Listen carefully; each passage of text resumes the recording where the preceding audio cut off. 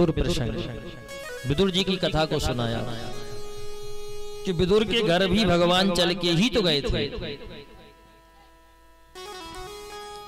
तो भगवान चल के जब घर आ जाएं तो भक्ति पूर्ण समझना चाहिए और ना आवे तो कमी, ऐसा समझना चाहिए। और भगवान घर में किसी के आ जाएं तो जाने भी नहीं देना चाहिए, पकड़ के रखो उनको। सबरी जाने नहीं दे रही थी, लेकिन भगवान ने कहा कि देखो हमें आगे अभी और भी भक्त बैठे हैं तुम्हारे जैसे, इसलिए हमें जाना जरूरी है। सुखदेव जी कहते हैं राजन, अब हम तुम्हारे लिए जो विदुर की कथा को सुनाने जा रहे हैं।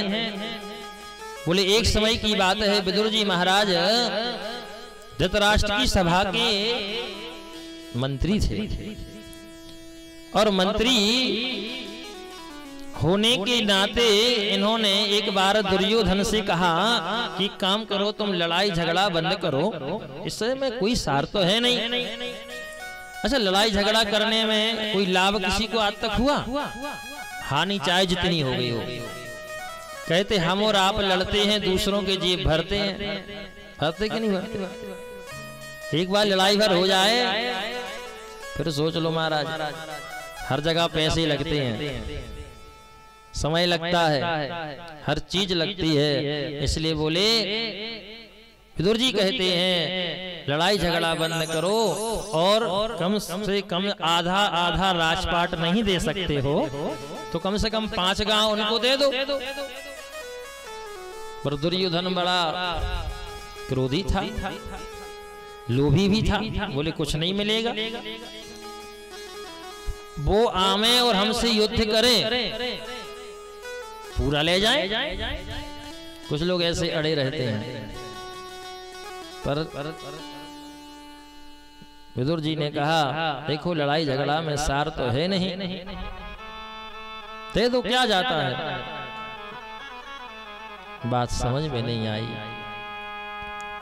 और आज दुर्योधन ने विदुर जी से कहा एक काम करो, आज से तुम हमारे यहाँ के मंत्री भी नहीं हो, क्योंकि तुम आते हो जब भी उनकी बात करते हो, हमारा खाते हो, दूसरे की बात करते हो। इसलिए आज से तुम जाओ, कोई मंत्री अंतरी नहीं हो, उठाओ अपना सामान और निकल लो। तो आज विदुर जी को समझ में आई बात कि अपनी कब तक होते हैं और पराये कब हो जाते हैं। पत्नी को लेते हैं और जंगल में कुटी बना करके रहते हैं और भगवान की खूब याद करते हैं। और बात सही है, अगर दिलों से खोट खाई ना होती तो प्रभु तुम्हारी याद आई ना होती। आज जब ठुकरा दिया ना तो भगवान दिखने लगे, प्रभु अब हमारा कोई नहीं है, आप ही हो, और जंगल में रहने लगे।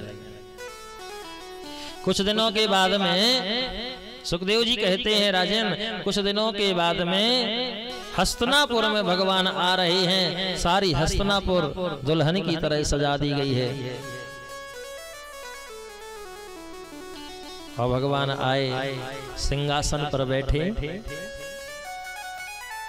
हजारों लाखों की संख्या में लोग वहां पर बैठे हैं और भगवान देख रहे हैं, सबके मन की बात जान रहे हैं, सबके चेहरा पढ़ रहे हैं कि कौन किस भाव से बैठे हैं।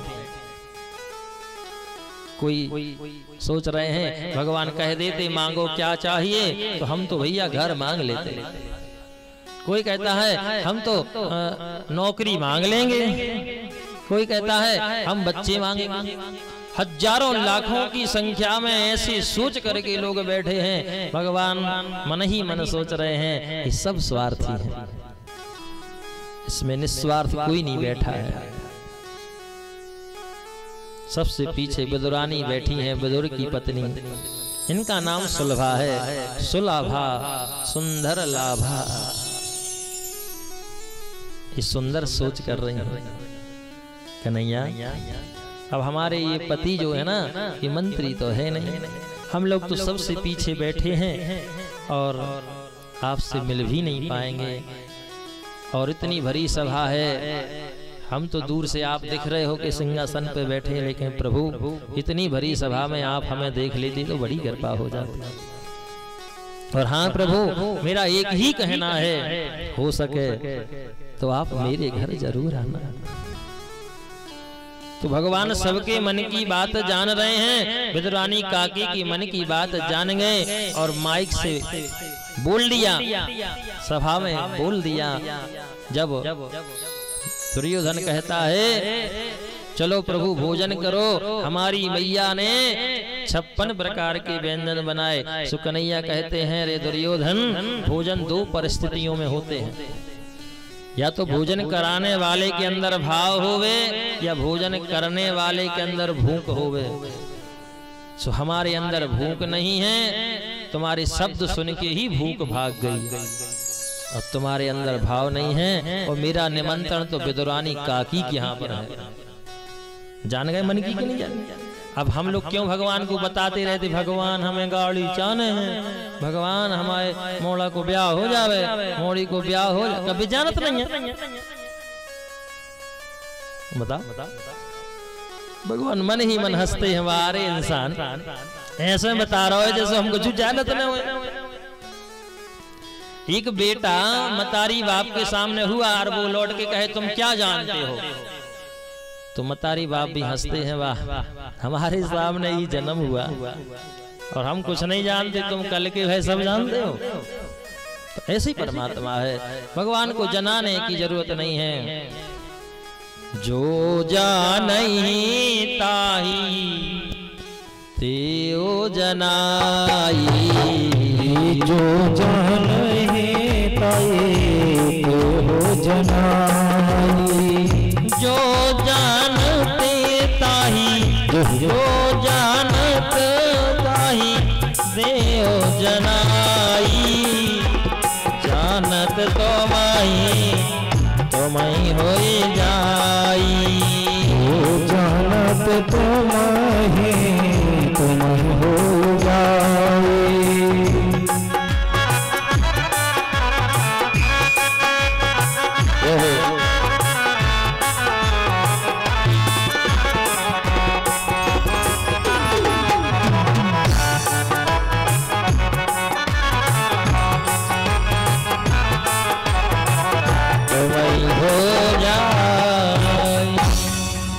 भगवान को जनाने की जरूरत नहीं है, भगवान तो पहले से ही जानते हैं। वो तो इंसान नहीं जाना, सुनो खूब बताओ। तो भगवान विदुरानी काकी की मन की बात जान गए और कहने लगे हमारा निमंत्रण तो विदुरानी काकी के यहाँ है। विदुर जी ने मन में सोचा जो कबे दे दो तुमने, और विदुरानी के पास में जाके पूछने लगी दो है निमंत्रण। बोले हो मन में कही थी, भावना बनी थी ऐसे, ये तो जान गए। पर कोई बात नहीं है, बुलाया है, चलो अपन व्यवस्था करेंगे। सुविदुर जी चले गए बाजार कुछ सामग्री लेने के लिए, और काकी चली गई कुटिया में। कुटिया को साफ करने लगी, और साफ करने के बाद में स्नान करने लगी। इतने में दरवाजा बंद है, कन्हैया पहुंच गए। अरे काकी दरवाजा खोलो। भक्ति में देखो ये है शक्ति, दरवाजा खुलवा रहे हैं भगवान। नहीं तो अपन और खुलवात फिरत न, पुजारी जी मंदिर खोलियो पूजा करने। आज देखो भगवान ही कह रहे हैं भक्त से। काकी तो सुध बुध भूल गई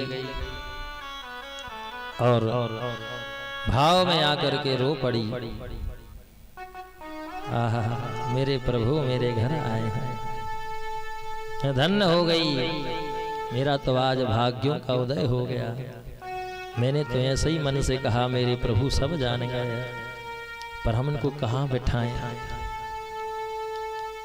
कुटिया में ऐसी कोई जगह नहीं थी, कोई बिछाने की व्यवस्था भी नहीं थी उस समय। कहते हैं कि पीड़ा था टूटा सा, वही उल्टा पटा डाल दिया और परमात्मा उस पे ही बैठ गए।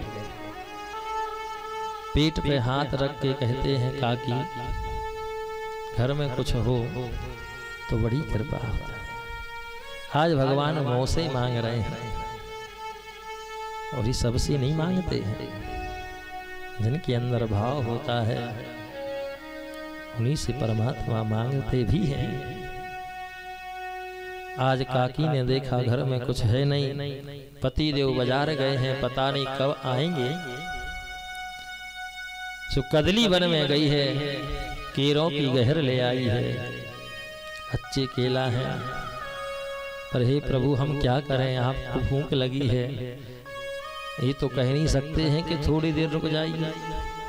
और थोड़ी देर में पता नहीं कितनी देर हो जाएगी, कब वो आएंगे, जब तक मेरो कन्हैया भूखो रहेगा। ऐसा भाव इनके अंदर प्रकट हुआ।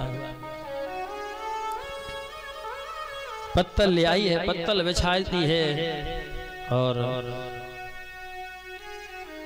कहीं कहीं कथा आई है कि यहाँ तो वस्त्र बदलना भी भूल गई थी काकी। भगवान ने अपना पीताम्बर उड़ाया है। भाव ये होता है। आज का कोई इंसान होता तना थोड़ी देर देखो ना, कपड़े पहन ले फिर देखते हैं, दरवाजा बाद में खोलेंगे, पर कोई कपड़ा नहीं हमारा, कोई कपड़ों की कोई व्यवस्था नहीं। भगवान ने अपना पीताम्बर उड़ाया है।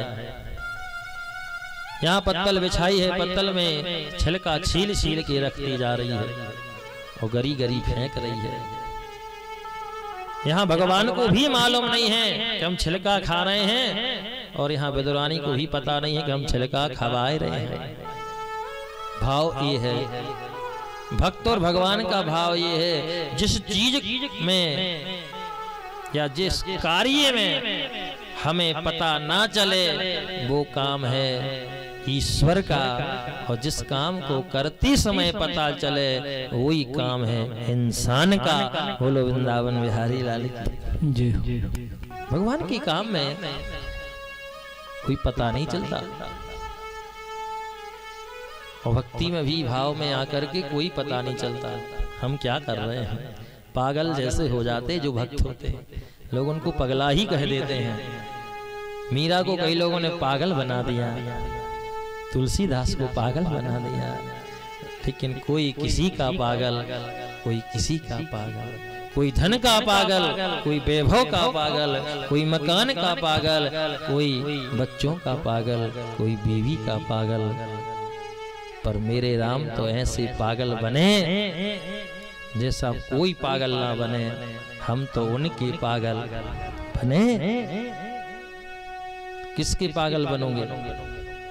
पागल बनना है तो बनो हमारे बिहारी के पागल। बोलो वृंदावन बिहारी लाल।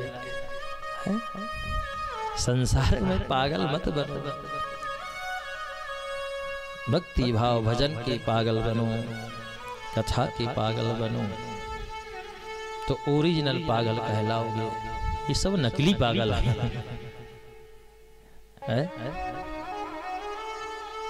इस पागलपन में, संसार रूपी पागलपन में आपको बार बार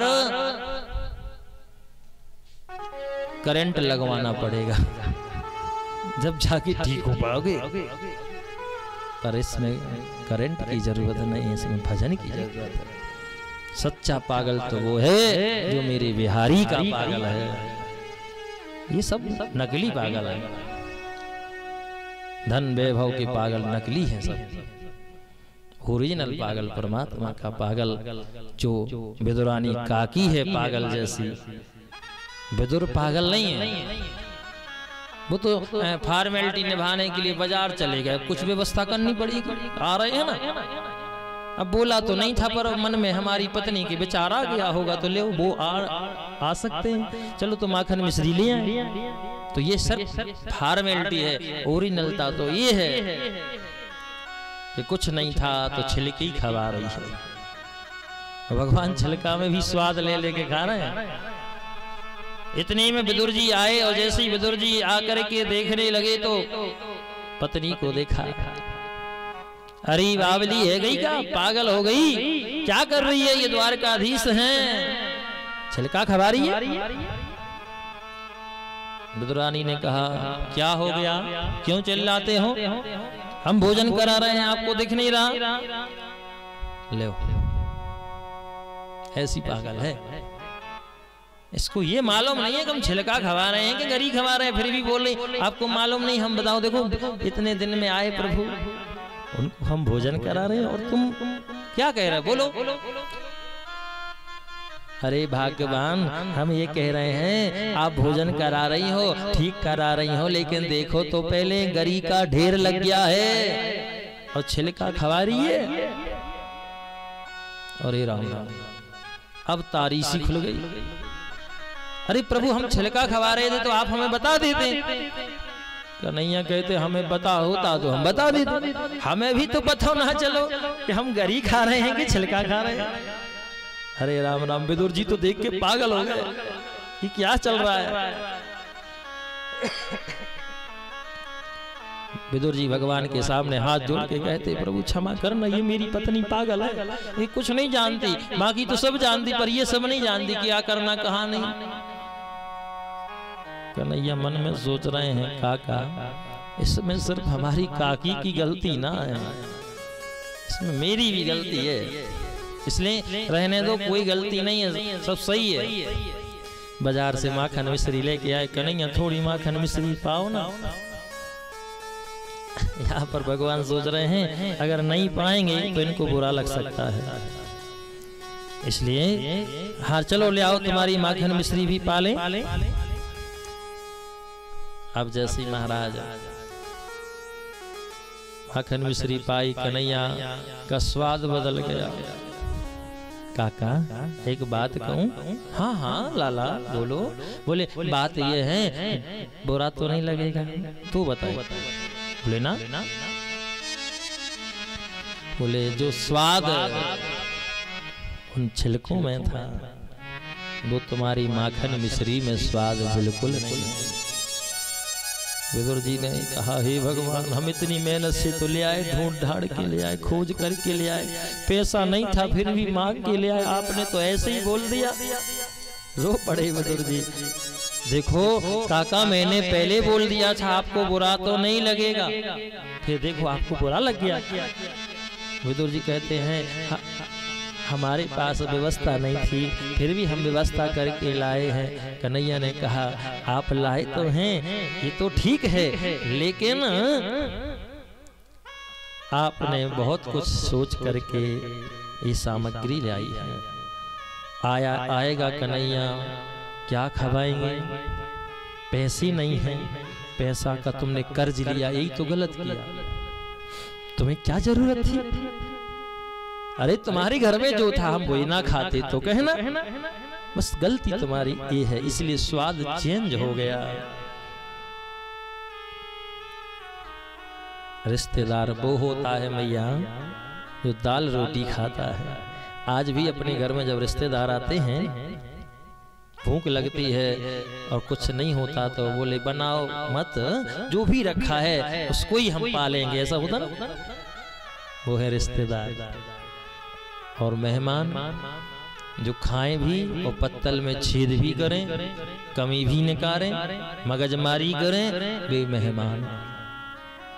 जीवन में किसी को अपने घर में बुलाना, रिश्तेदारों को तो रिश्तेदार को ही बुलाना, मेहमानों को नहीं बुलाना। और किसी के घर जाना तो रिश्तेदार बन के ही जाना, मेहमान बन के नहीं जाना। तुम एक दो दिन उनके यहाँ खा लोगे तो क्या मोटे हो जाओगे? बोलो।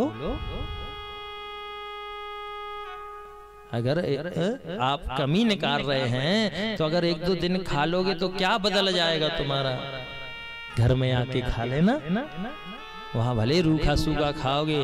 अगर रूखा सूखा आप खाएंगे और मांगेंगे तो उनकी नजरों में आपकी इज्जत जितनी बढ़ेगी सो भगवान ही जाने।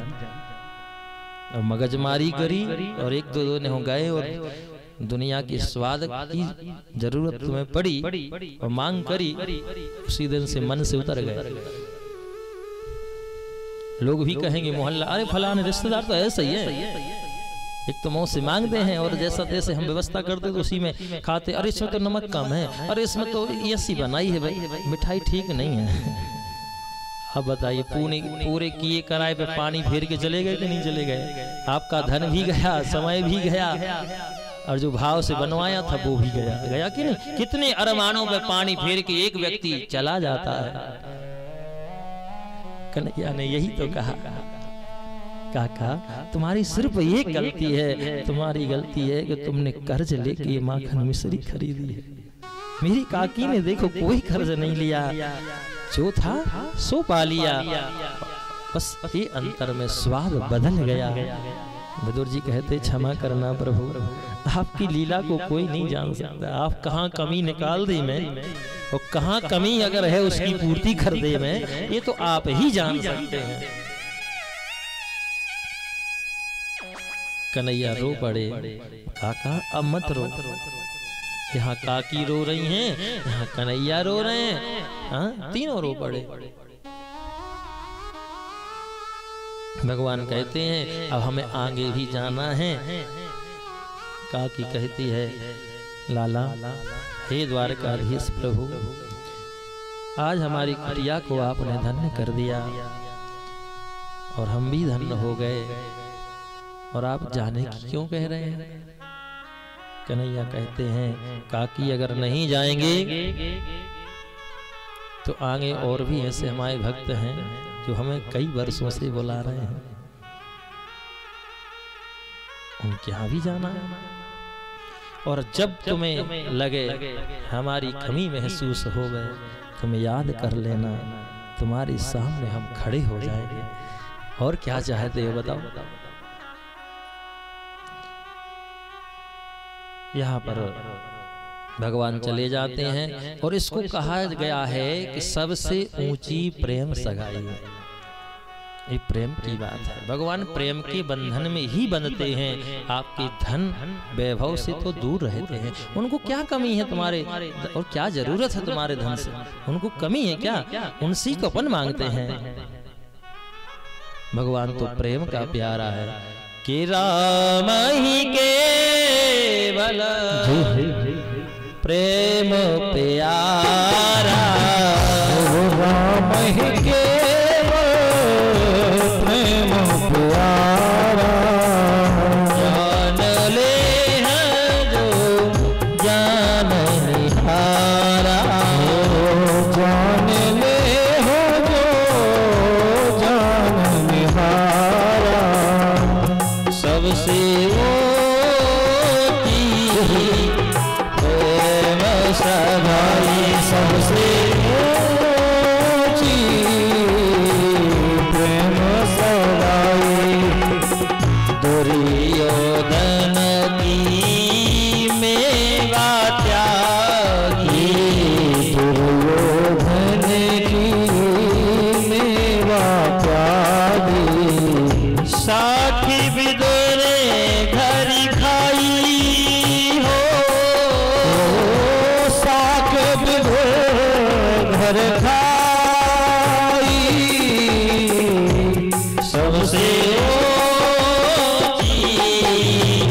प्रेम सगाई, सबसे ऊंची प्रेम सगाई।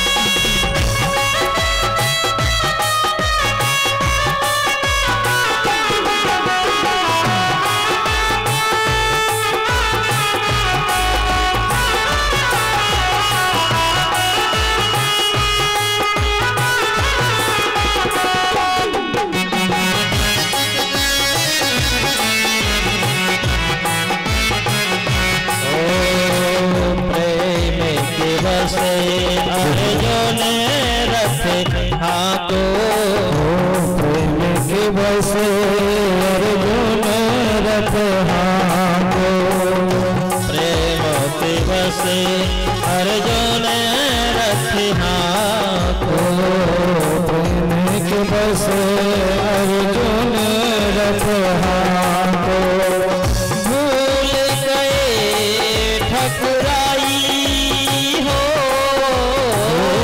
भूल गए ठकुराई, सबसे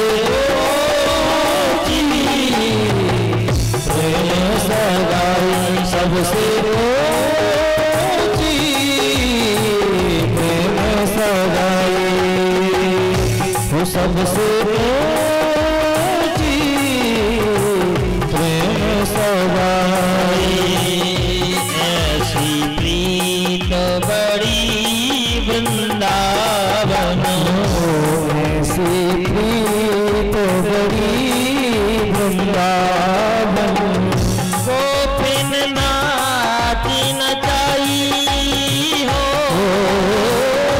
गोपिन नाच नचाई, सबसे ऊंची प्रेम सगाई, सबसे ऊंची प्रेम सगाई।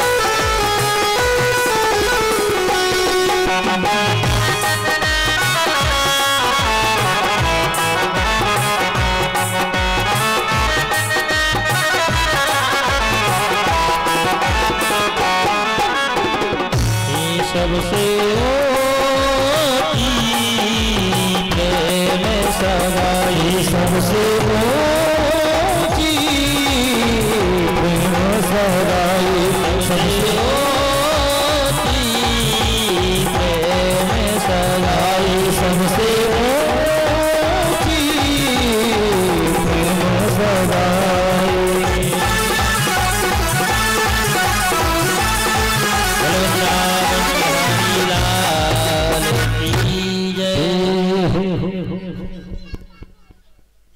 अब यहाँ पर भक्त और भगवान का मिलन हुआ।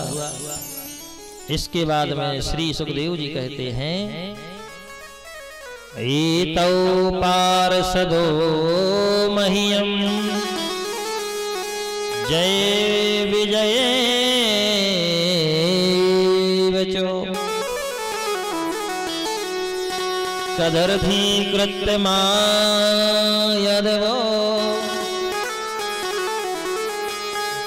वही क्रांतामतिक्रमम्।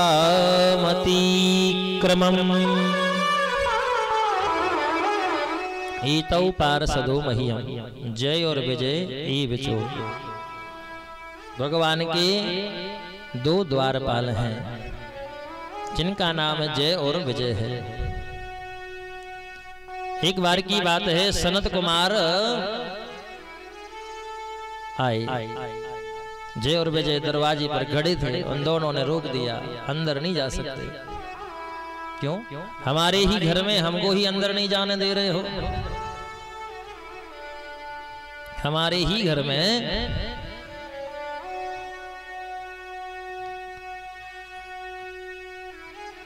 हमको ही नहीं जाने दे रहे हो। तो इन दोनों ने जब जाने नहीं दिया तो सनत कुमारों ने श्राप दे दिया, जाओ तुम लोग राक्षस हो जाओ। आप लोग अपने घर में जाते हैं, अगर कोई दरवाजे पे खड़ा है आपका सेवक और आपसे कहे अंदर नहीं जाना, तो क्या करोगे? गुस्सा तो आएगी। तो जैसी सनत कुमारों को अंदर नहीं जाने देना दिया तो क्रोध आ गया, बोले तुम जाओ राक्षस हो जाओ, और एक जन्म नहीं 3 जन्म तक राक्षस हो जाओ। अब 3 जन्म तक राक्षस का श्राप दे दिया। क्रोध में आकर के इन्हें श्राप दिया। यहाँ पर एक कथा आती है कि क्रोध करने से आपके पुण्य क्षीण हो जाते हैं। लोग कहते हैं गुस्सा करता है, क्रोध करता है। क्रोध व्यक्ति करता है तो क्रोध में पुण्य क्षीण हो जाते हैं। यहाँ पर सनत कुमारों ने 10,000 वर्ष तप किया था, एक बार की क्रोध करने से सब नष्ट हो गया, सब नष्ट हो गया। बोले जाओ, भगवान ने कहा जाओ फिर से जाके करो पुण्य धर्म, जब तब फिर से करो। और हम लोग दिन में कितने बार गुस्सा करते हैं सो पता नहीं है। अब पुण्य करो गुस्सा करो, पुण्य करो गुस्सा करो, बोलो अब पुण्य उतने कर नहीं पाते हो गुस्सा। एक बार मात्र की क्रोध करने से कम से कम इस कलयुग में मान लिया जाए कि 10 पुण्य नष्ट हो जाते हैं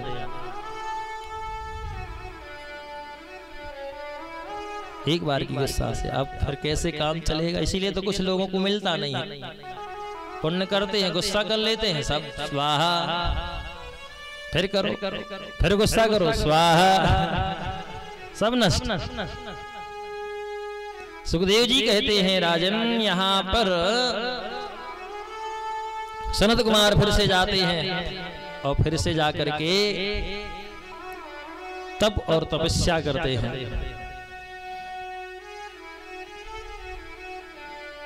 इसके बाद में ये चले जाते हैं। अब भगवान आए बाहर, भगवान ने कहा तुम्हें 3 जन्म राक्षस होना है, कोई बात नहीं, तुम चिंता न करो, तुम राक्षस बनना, तुम राक्षस बन के आओगे और हम अवतार लेके आएंगे, तुम राक्षस बनोगे, हम तुम्हारा उद्धार करेंगे। तो पहले जन्म में हिरण्याक्ष हिरण्यकश्यपु बने, तो भगवान हिरण्याक्ष को आए वाराह बन के उद्धार करने, और हिरण्यकश्यपु का उद्धार करने आए नरसिंह बन के। दूसरी बार में रावण और कुंभकर्ण बने, तो भगवान आए राम बन के। तीसरी बार शिशुपाल और दंत वक्र बने, तो भगवान आए कृष्ण बन के। आए कि नहीं आए? तो इन्होंने सोचा कि चलो ये तो श्राप भले ही है पर वरदान है, 3 ही बार हम बन है राक्षस, भलाई बन है राक्षस, लेकिन आए भगवान उद्धार कर भी। बोलो वृंदावन बिहारी लाल की जय। इससे अच्छे तो भी राक्षस अच्छे है कि भगवान आए उद्धार कर। जो भक्ति भाव पूजा से दूर है उनसे अच्छे तो भी राक्षस है कि कम से कम भगवान आए उनके लाने मारे। और अपन तो पता नहीं, अगर भक्ति पूजा करत रहे तब हो सका भगवान के द्वार ही पाल आ जाए, है नहीं तो यम के दूत बैठे ही हैं फिर। तो जीवन में पुण्य अगर छीन करना है तो ही गुस्सा करना है। और गुस्सा गुस्सा क्रोध क्रोध में भी बहुत अंतर है। एक प्रेम की गुस्सा होता है, हृदय प्रीत मुख वचन कठोरा। एक क्रोध होता है नरियल की तरह। नरियल जानते हैं आप लोग? नरियल ऊपर से कठोर होता है, अंदर से कोमल होता है। ये गुस्सा ऐसी है कि ऊपर से भले गुस्सा बता रहे हो और अंदर से प्रेम है। और कुछ लोग अंदर से गुस्सा निकालते हैं। अच्छा, नरियल से भी एक शिक्षा मिलती। नरियल की बात आ गई तो आपको बता दें, नरियल 2 प्रकार के होते कि नहीं? एक सूखा और एक गीला, ठीक है? तो जो सूखा वाला नरियल होता है उसमें वो गोला गोला अंदर रहता, माने नरेटी को वो छोड़ के रहता है, रहता कि नहीं रहता? और एक गीला वाला होता वो नरेटी में चिपका हुआ रहता है। तो तुम्हें कैसे रहना चाहिए समाज में, परिवार में? कौन नरियल की तरह है बताओ? गीले वाले के सूखे वाले?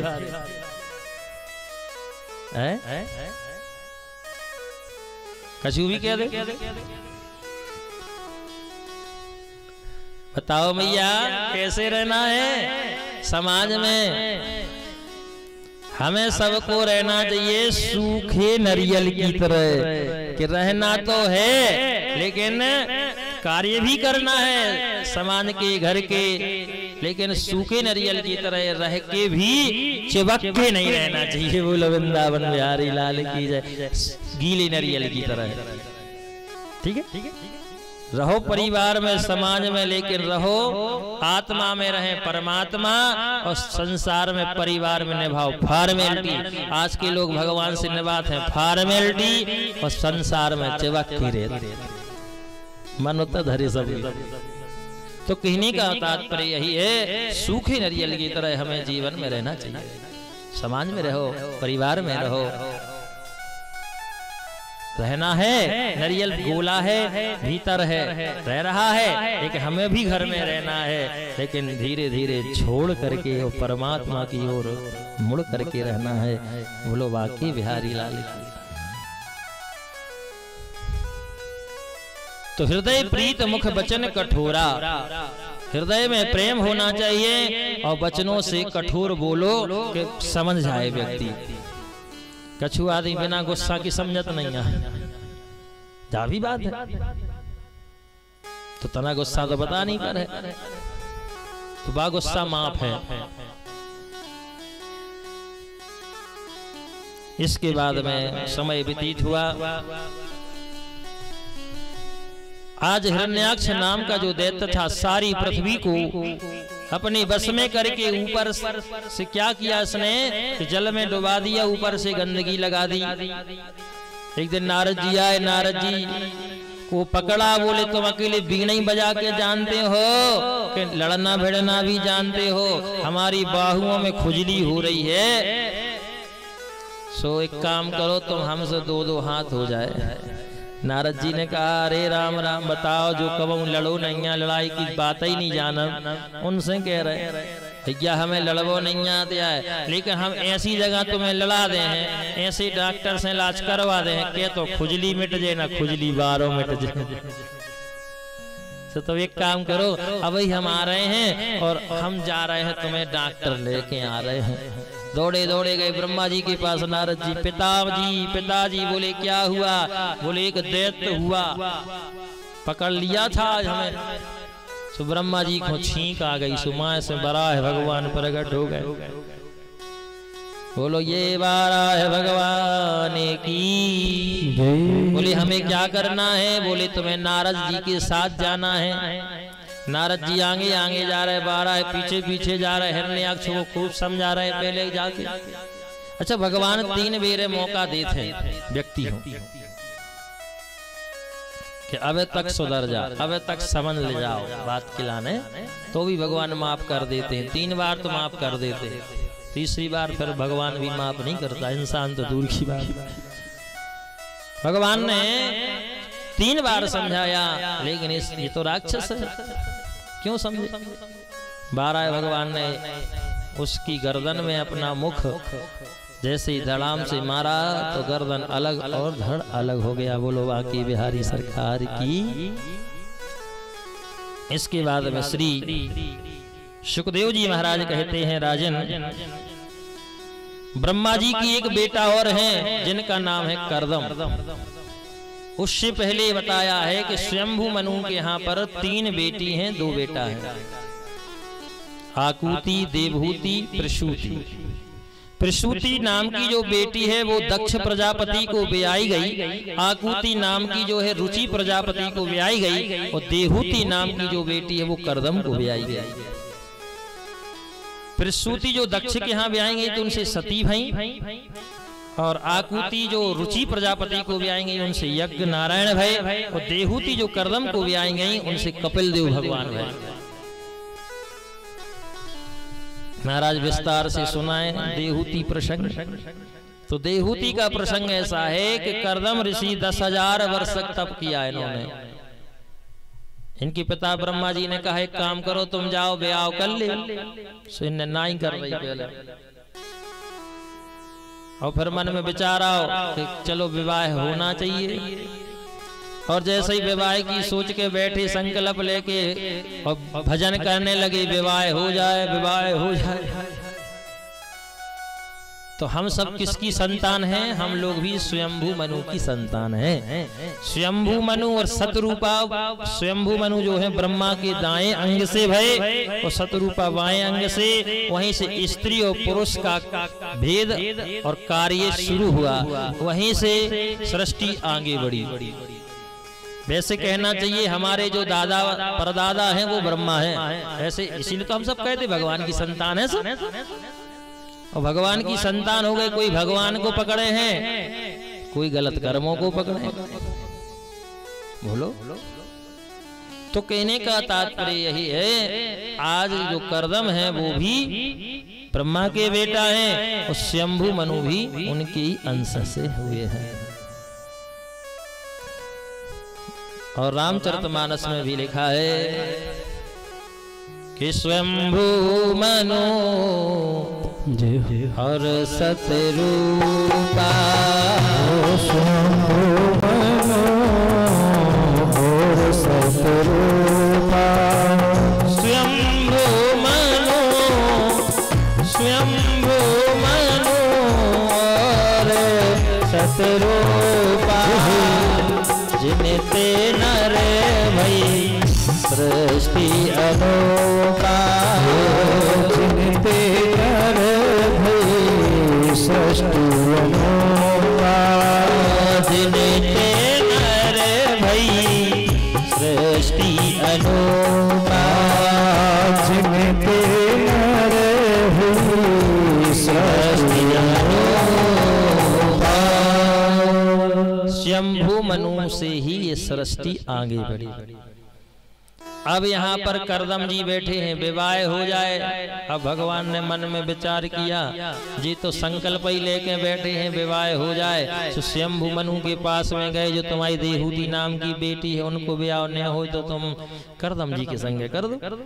स्वयंभू मनु ने कहा, जब आप ही रिश्ता लेके आए प्रभु तो अब काय की कमी, कर देंगे।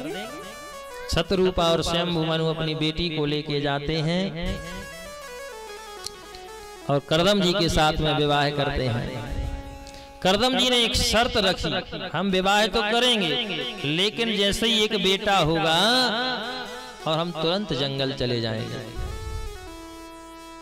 विवाह हम करेंगे लेकिन एक ही बेटा हुआ और हम जंगल चले जाएंगे। स्वयंभू मनु ने कहा, वो तुम्हारी इच्छा, जो तुम्हें करना सो करो। अब जैसे ही समय व्यतीत हुआ, इन्होंने विवाह तो कर लिया, लेकिन जब कुटिया में लेके गए तो कुटिया में एक आसन भर बिछी है, बस रहने को जगह नहीं, खाने को व्यवस्था नहीं। अब देखिए, पहले जब विवाह शादी होती थी तो खूब परीक्षा होती थी, है ना। पहले परीक्षा होती थी, रामायण वगैरह पढ़वाते थे बेटियों से कि पढ़ के जानती है कि नहीं, बोल के जानती है कि नहीं, गूंगी तो नहीं है, चल के बोले चल के बताओ, लंगड़ी तो नहीं है? तो ऐसी ऐसी परीक्षाएं लिया करते थे लोग। पर अब जो है, अब चेंज हो गया है बहुत सारा समय। अब जैसे ही यहाँ पर विवाह हुआ, करदम जी लेके गए और समाधि में बैठ गए। कुछ दिनों की समाधि इनकी फिर लग गई। अब आप लोग बताइए, विवाह करके दूल्हा आवे और जाके कहीं परदेश चला जावे तो को कछु ने कहे तो माय के बारे जरूर कहें,